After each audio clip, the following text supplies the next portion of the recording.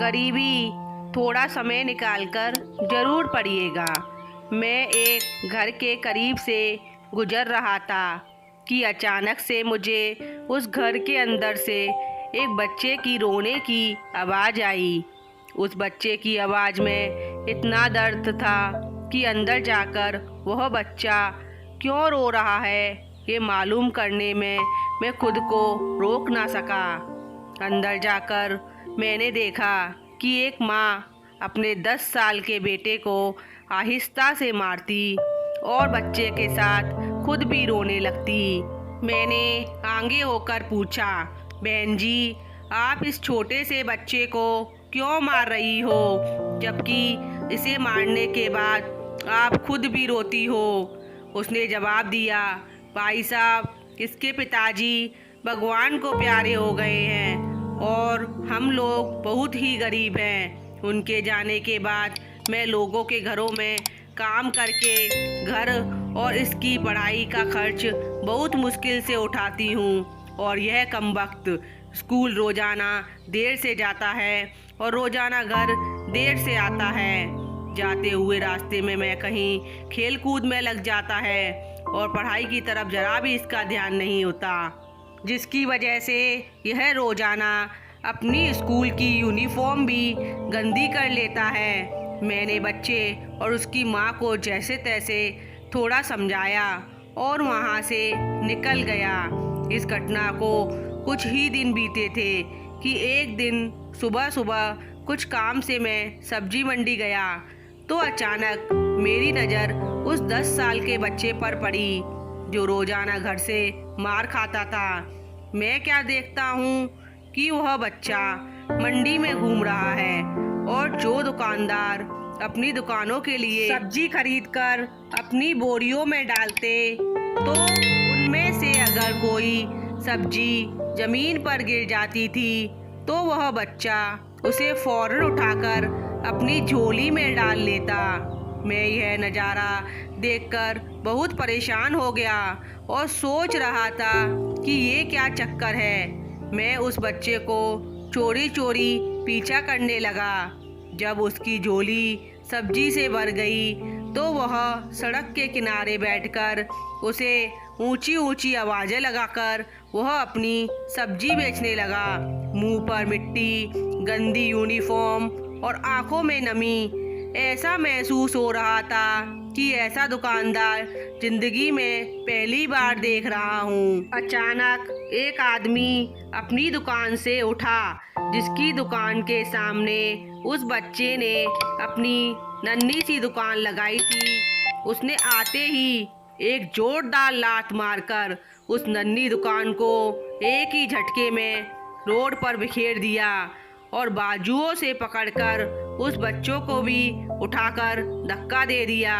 वह बच्चा आंखों में आंसू लिए चुपचाप दोबारा अपनी सब्जी को इकट्ठा करने लगा और थोड़ी देर बाद अपनी सब्जी एक दूसरी दुकान के सामने डरते डरते लगाने लगा। भला हो उस शख्स का जिसकी दुकान के सामने इस बार उसने अपनी नन्ही दुकान लगाई थी। उस शख्स ने बच्चे को कुछ नहीं कहा। थोड़ी सी सब्जी थी, ऊपर से बाकी दुकानों से कीमत भी कम थी तो जल्द ही बिक्री हो गई और वह बच्चा उठा और बाजार में एक कपड़े वाली दुकान में दाखिल हुआ और दुकान को वह पैसे देकर दुकान में पड़ा अपना स्कूल बैग उठाया और बिना कुछ कहे वापस स्कूल की ओर चल पड़ा और मैं भी उस बच्चे के पीछे पीछे चल रहा था। बच्चे ने रास्ते में अपना मुंह धोकर स्कूल चल दिया। मैं भी उसके पीछे स्कूल चला गया। जब वह बच्चा स्कूल गया तो 1 घंटा लेट हो चुका था। लेट होने की वजह से उसके टीचर ने उसे खूब डंडे से मारा।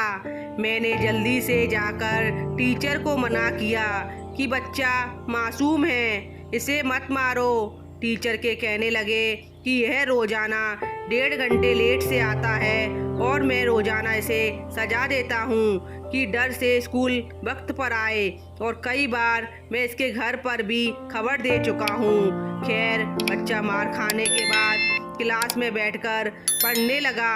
मैंने उसके टीचर का मोबाइल नंबर लिया और घर की तरफ चल दिया।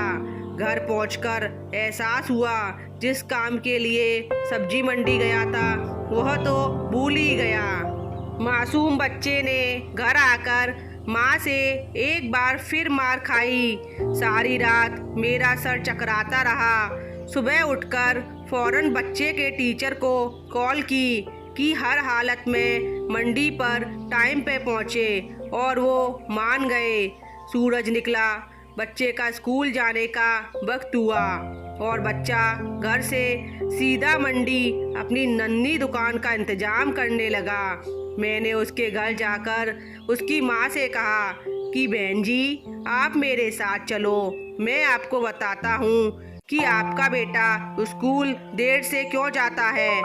वह फौरन मेरे साथ मुंह से यह कहते हुए चल पड़ी कि आज इस लड़के की मेरे हाथों से खैर नहीं, छोड़ूंगी नहीं उसे। आज मैं मंडी में लड़के का टीचर भी आ चुका था। हम तीनों ने मंडी की तीनों जगह पर पोजीशन संभाल ली और उस लड़के को छुपकर देखने लगे। आज भी उसे काफ़ी लोगों से डांट फटकार और धक्के खाने पड़े और आखिरकार वह लड़का अपनी सब्जी बेचकर कपड़े वाली दुकान पर चल दिया।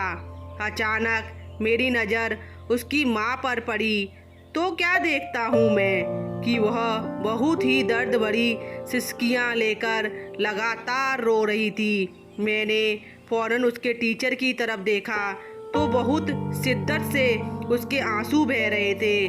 दोनों के रोने में मुझे ऐसा लग रहा था जैसे उन्होंने किसी मासूम पर बहुत जुल्म किया हो और आज उनको अपनी गलती का एहसास हो रहा हो।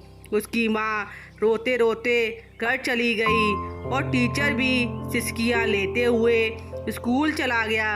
बच्चे ने दुकानदार को पैसे दिए और आज उसको दुकानदार ने एक लेडीज सूट देते हुए कहा कि बेटा आज सूट के सारे पैसे पूरे हो गए हैं, अपना सूट ले लो। बच्चे ने उस सूट को पकड़कर स्कूल बैग में रख लिया और स्कूल चला गया। आज भी वह 1 घंटा देर से था। वह सीधा टीचर के पास गया और बैग डेस्क पर रखकर मार खाने के लिए अपनी पोजीशन संभाल ली और अपने नन्हे नन्हे हाथों को आगे बढ़ा दिया कि टीचर डंडे से उसे मार ले। टीचर कुर्सी से उठा और फौरन बच्चे को गले लगाकर इस कदर जोर से रोया कि मैं भी देखकर अपने आंसुओं पर काबू ना कर सका।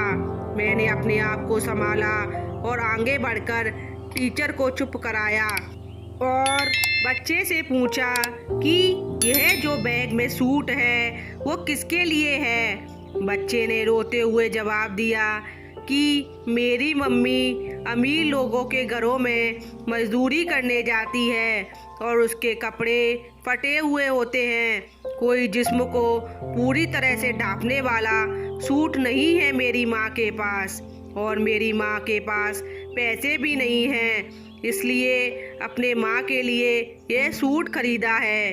तो यह सूट अब घर ले जाकर माँ को आज दोगे? मैंने बच्चे से सवाल पूछा।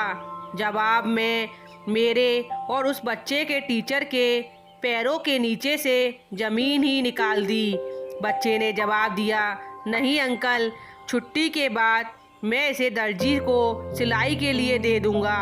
रोज़ाना स्कूल से जाने के बाद काम कर करके थोड़े थोड़े पैसे सिलाई के लिए दर्जी के पास जमा किए हैं।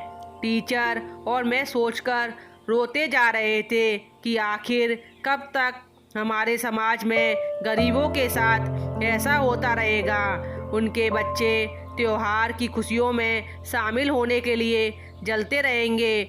आखिर कब तक? क्या ऊपर वाले की खुशियों में इन जैसे गरीबों का कोई हक नहीं?